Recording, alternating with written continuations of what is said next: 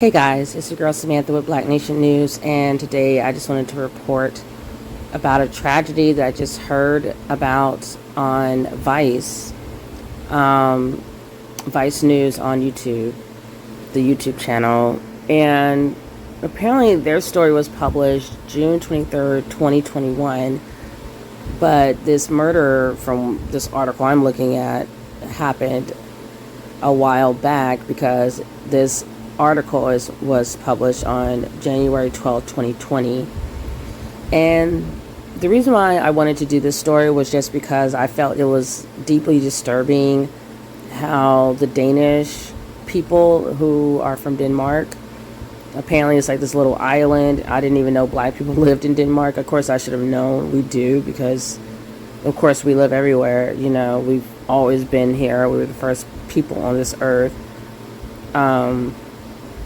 But I'm not really surprised, like what I'm hearing, but I'm angry about it.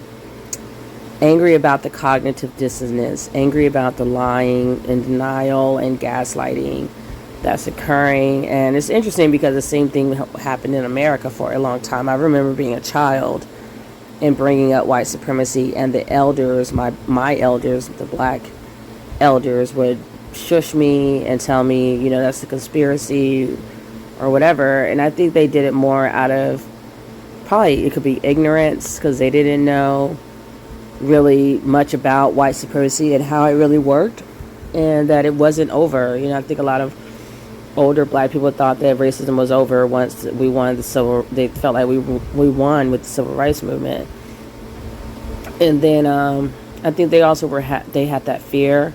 They were scared, and they were trying to protect me by telling me, like, don't go around talking about this, because these kind of things could get you killed. Like just mentioning white supremacy and racism and standing up and just speaking about it is an act of defiance as an African American, or as any person who is considered black in their country. The story was just so sad.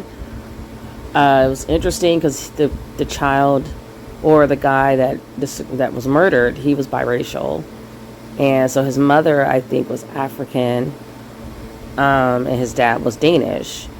And the mother made a comment about, you know, well, my son was biracial, his father is Danish, why did this happen to him? Why couldn't they just kill me instead? And you know, it just shows again that ignorance, that people don't realize that a white supremacist, they believe that white is supreme. So just the fact that you are even, like, you're half black, that's a problem. Like they're going to see you as a black person, and they're not going to like you. And that's something I see constantly as people who have like biracial children constantly acting surprised when their biracial child is treated like a black person. And to me, it's like, well, in that white supremacist's eyes, he is a black person. So I don't know if people feel like I'm going to try to escape racism or give my child some kind of privilege or cover by going outside my race and creating a biracial child or biracial children, so that they don't have to deal with what other black people have to deal with. And then they get this wake-up call when their children meet the same fate. So I'm going to go ahead and read this story. It was from Euronews. Full disclaimer, it is really disturbing. I don't know how much in detail it's going to go, but like I said, I saw the video on Vice News that was published June 23rd, 2021, and I went and looked for the article because I knew I could not show Vice News's video, which I didn't want to anyway, like the whole video especially. But I knew I couldn't show it because it probably would ban my video or whatever. So let me go ahead and start reading. So 2 brothers are convicted of murder of a biracial man in a high-profile Danish trial. 2 Danish brothers have been convicted of killing a biracial man on the island of Bornholm in June. The body of 28-year-old Philip Mbuju Johansen was found in a forest on the Baltic Sea island on June 23rd after he had spent the evening drinking with the 2 suspects. He died hours later.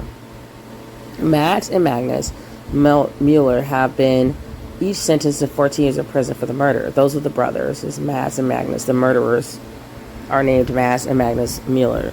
And the victim, of course, is Philip Johansen. So they were each sentenced to 14 years in prison for the murder. The brothers, aged 23 and 26, were accused of kicking, stabbing, and beating the victim to death using a wooden pole, a bottle, and a knife. They tortured Philip Johansen for at least 20 minutes, according to a medical examiner who testified in court, and left him helpless in the woods. One of the brothers also pressed a knee onto the victim's neck during the attack, the court heard. The two men had admitted to the 3 judges and 6 jurors that they had attacked Johansen, who had Danish and Tanzanian roots, but denied having intended to kill him. The case has provoked concerns and debate in Denmark over racism, especially as it came shortly after the police killing of George Floyd in Minneapolis, United States. George Floyd's death on May 25th sparked worldwide protests demanding racial justice and condemning police brutality. An estimated 15,000 people attended a demonstration in Denmark's capital, Copenhagen, on June 7th. But both the prosecution and defense lawyers have ruled out a racial motive and say the murder was a personal relationship that went wrong. Chief Prosecutor Bent Peterson Lund said officials did not find sufficient grounds to charge the brothers under Denmark's hate crime legislation because of their long-standing friendship with the deceased. I don't understand that. But you can be quote-unquote friends with somebody and not really be their friend. Just like you can have babies with someone, you can have sex and have a whole family with somebody and still be racist. Slave owners did it all the time. So the brothers have claimed they assaulted Philip Johansen because he raped their mother, although this has never been reported to the police, and I don't believe that's what happened. I feel like as white supremacists are going with that whole lie of, oh, a black guy wants a white lady so much and we had to defend her honor. And I think it's a load of crap. So Bent Peterson Lund added that she was satisfied with the sentence for the gruesome murder. I'm not. But yeah. So both defense lawyers indicated that they would appeal the verdict and the sentencing. The trial took place in Rowan, the main town on Bornholm, south of Sweden. The Danish chapter of SOS Racism, an international association, has said a racist motive couldn't be ruled out in Philip Johansen's killing, and the Danish chapter of Black Lives Matter have portrayed the case as a racial murder. In Denmark, complaints of racist crime are rare, but steadily increasing since 2007, and almost doubled between 2016 and 2018, from 140 to 260, according to figures from the Crime Prevention Council. Right activists have accused Danish officials of being unable to recognize racism in the country. Mira C. Skadegaard, racism and discrimination researcher at Aalborg University, said it was absurd and embarrassing to suggest that racism did not play a role in the death of Philip Mbuji Johansen. I am shocked that both the police and large parts of the press do not relate to the racism issue, says Skadegaard.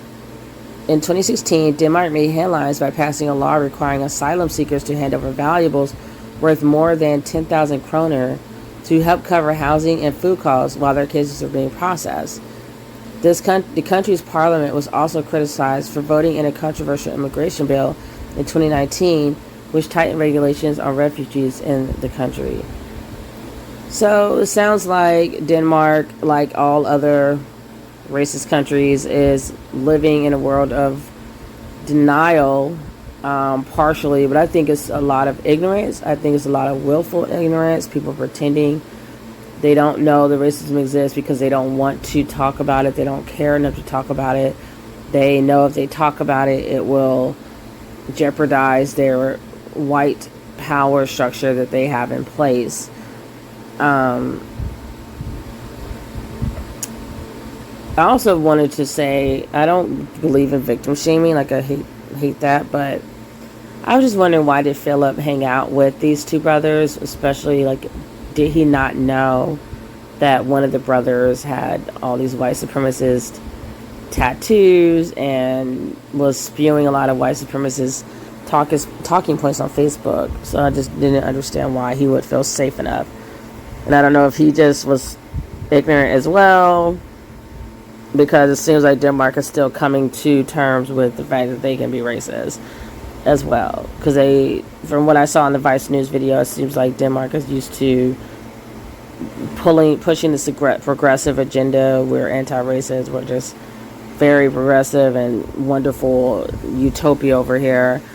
And I'm a true believer that wherever there's white people, there's racism. Like, it goes hand in hand. It's extremely systemic, and it's across the globe, from every corner of the globe. Like, there is no exception to me. There's none. If you're white and you're benefiting from the white supremacist power structure, you are a racist. You are a white supremacist, whether you admit it or not. And yes, I do believe this murder was racially motivated. Some things I heard the mother talk about was, and some other people that were interviewed in the Vice News documentary. To the journalist, the guy kept saying colored. The one editor who covered the story of Philip's death, he kept calling Philip colored and calling people who are black colored. And I was shocked that that was even still being used, because that's not what we use anymore in America. There was no black people working at his newspaper firm, but he thought that it was ridiculous to believe that they cannot cover racism adequately with no black people on the staff. He just thought that was unheard of. He felt like if journalists were trained properly, etc., they should be able to cover a racist news story. And that's just not true, because the reality is people have their own biases, and if you're not black, you cannot speak from our perspective. And of course, there's one thing, of course you can speak from the perspective, but you should also always bring supporting facts. And I feel like there was enough evidence to support the fact that this was a racial hate crime. And then I'm trying to think on top of my head, like, things I wanted to point out besides the mother and this being a hate crime. And the mother also said that Philip had left. He didn't want to even go to high school in Denmark, like in the city that he was in, because it was smaller, because he was being tired of being, like, basically people having issues with the color, because of the color of his skin. And then so he did go to Copenhagen and go to school.